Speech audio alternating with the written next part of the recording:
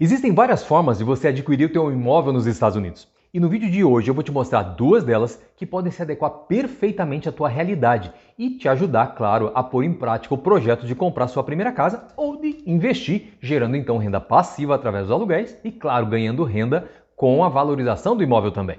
Olá, meu nome é Eduardo e nesse canal eu trago um conteúdo para te ajudar com as tuas finanças e também a investir nos Estados Unidos. Agora, aproveita, já se inscreve no canal e ativa o sininho para você não perder nenhum dos conteúdos. Olha só, existem vários caminhos para você utilizar na hora de você comprar um imóvel nos Estados Unidos. E dois deles, mais utilizados, são justamente os chamados FHA e convencional. Isso porque a facilidade que eles apresentam, claro, um mais do que o outro, mas também leva em conta não somente a facilidade, mas a questão da diferença de valores que eles emprestam e principalmente a taxa de juros que cada um pratica.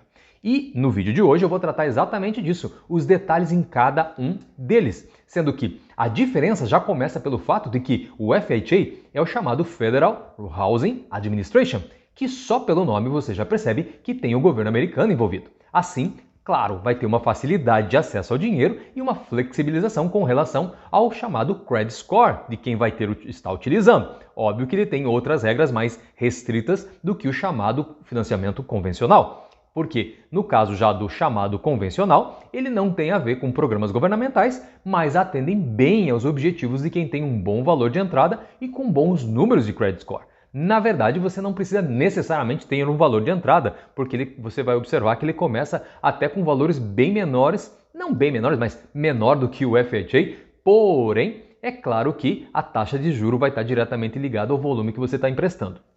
Mas para ficar fácil então a comparação entre eles, vamos trabalhar com tópicos sobre esses dois programas de compra de imóveis, sendo o primeiro deles, claro, o down payment, ou seja, a entrada que você vai dar na hora de comprar. Olha só, o FHA ele tem uma entrada mínima de 3,5% para aqueles mutuários com pontuação de crédito de 580 ou superior. Na verdade, até aqueles que têm um credit score menor de 579 até 500, por exemplo, a partir de 500 no caso, até 579, eles também podem adquirir um imóvel, mas nesse caso eles vão precisar dar como entrada pelo menos 10% do valor do imóvel.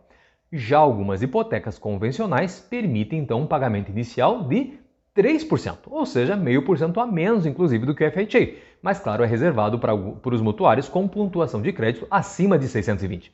Como você pode perceber, em ambos os casos, o tema do credit score está intimamente ligado a quanto será a tua entrada. Então, agora é a hora de falar justamente do que? Credit score, ou qualificação do teu crédito. Primeiro é importante eu dizer para você o que é o credit score. Veja, então, nesse caso, ele é a base para todo tipo de concessão de crédito financeiro nos Estados Unidos, seja desde um cartão de crédito até o financiamento de um carro, de uma casa, e esse é um número que vai determinar o quão confiável é você em termos de honrar suas dívidas para os credores. Por isso, então, é tão importante você cuidar das suas finanças de forma, claro, a evitar que alguma atitude errada ou descuidada venha a afetar essa forma de avaliação da tua vida financeira. Veja que a base desse sistema de crédito é muito simples, ou seja, comprou, pagou.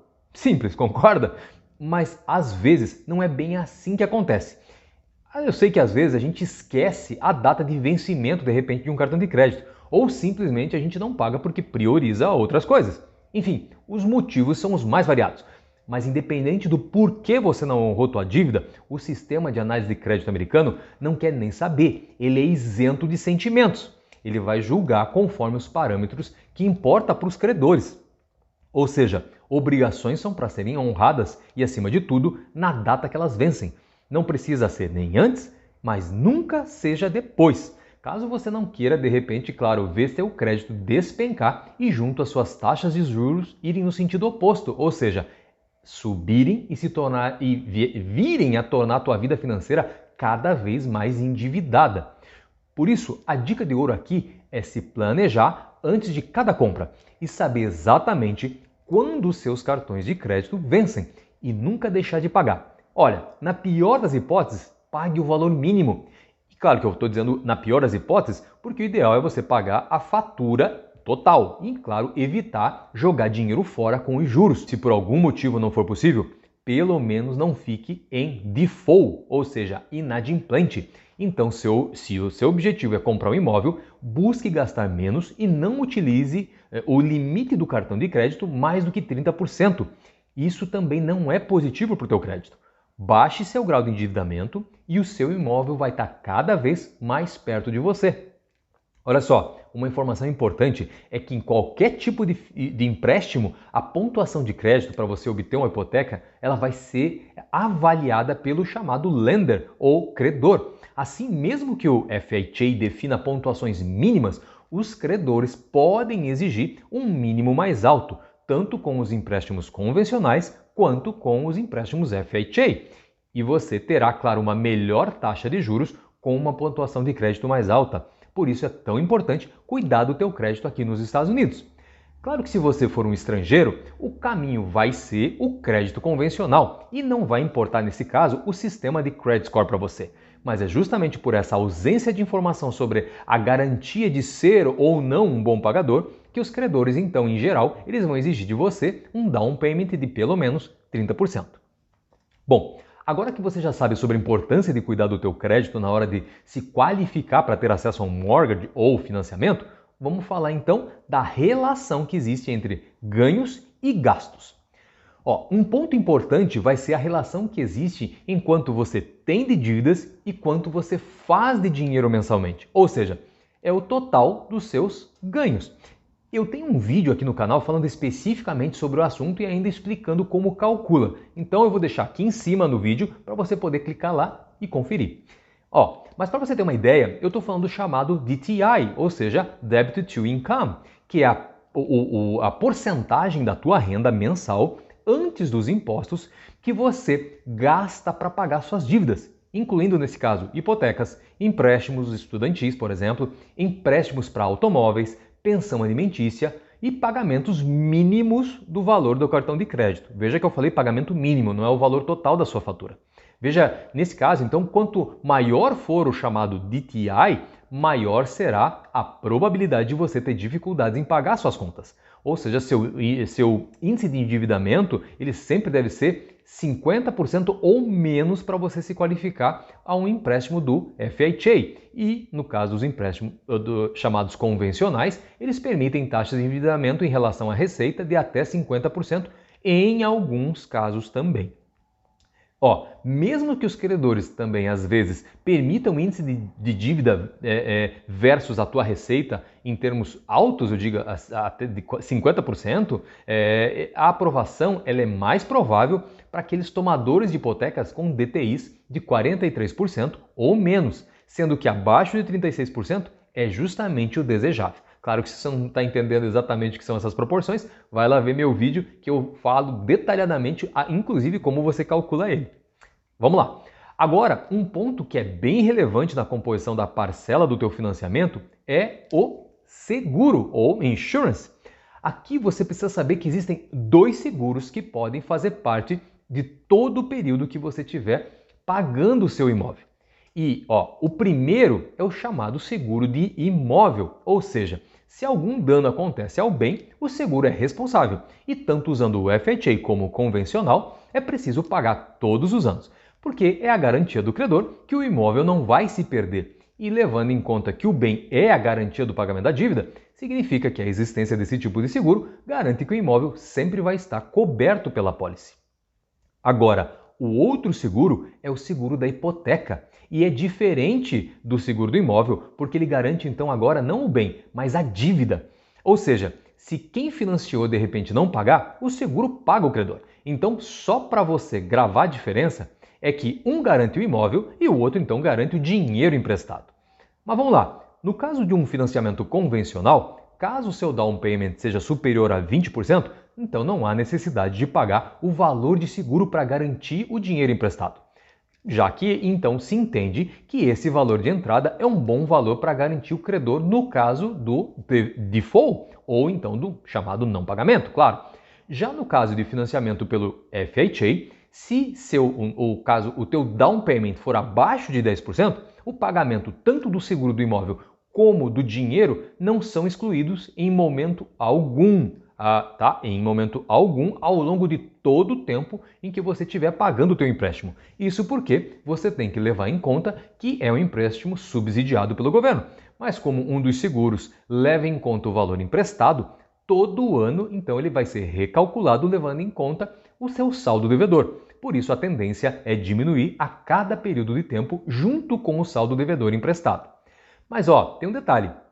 Quando você coloca 10% ou mais em um empréstimo FHA, você paga prêmios de seguro hipotecário por 11 anos apenas. Eu digo apenas porque se o seu financiamento for de 30 anos, você vai pagar 1/3 e não em todo o período. Então isso é muito importante você levar em conta, caso você possa. Os prêmios ou valores de seguro hipotecário FHA, eles não levam em conta a tua pontuação de crédito.